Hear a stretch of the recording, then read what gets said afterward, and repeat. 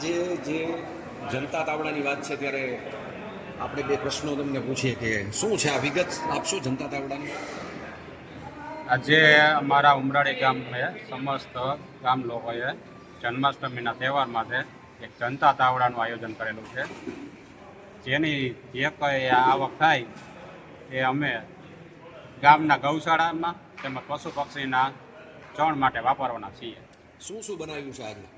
મોહન તારે થાબડી, પેંડા, જે ગાંઠિયા, પાપડી ગાંઠિયા, જાંબુ, માનો કે ટોટલ પર્સન અમે બનાવ્યું છે. અત્યારે એનો ભાવ શું અલગ અલગ વસ્તુઓનો, જેમ કે ગાંઠિયાનો ગાંઠિયાનો ભાવ છે 150 રૂપિયા, મોહનથાળનો છે 300 રૂપિયા, પેંડાનો 250 રૂપિયા ને જાંબુના છે 170 રૂપિયા. તો આજે ગામમાં આમ જોઈએ તો બજાર ભાવ કરતા ઘણા બધા ઓછા ભાવ છે.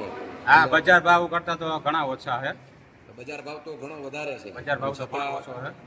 ઓછા ભાવ રાખ્યા છે એટલે ટૂંકમાં વધુમાં વધુ લોકોનો લાભ લાભ મળે લઈ શકે એના માટે. મહેશભાઈને ખબર થાય શું ભાવનું તેલ શું ભાવનું આવ્યું છે? અત્યારે ગાણામાંથી લીધેલું છે, આપણને 2500 રૂપિયાના ભાવથી આવે છે. અને અત્યારે જે લોટ છે એનો શું ભાવ છે?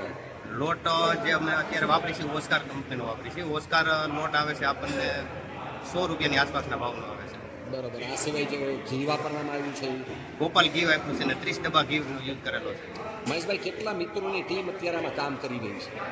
80 મિત્રોની ટીમ છે અત્યારે. અને આ બધી જે કંઈ પણ આમાં નફો થાય એનું શું કરવાનું છે? જે નફો થાય એ ગૌશાળામાં ગાયો માટે અને પંખી માટે સણ માટે વાપરવામાં આવે છે.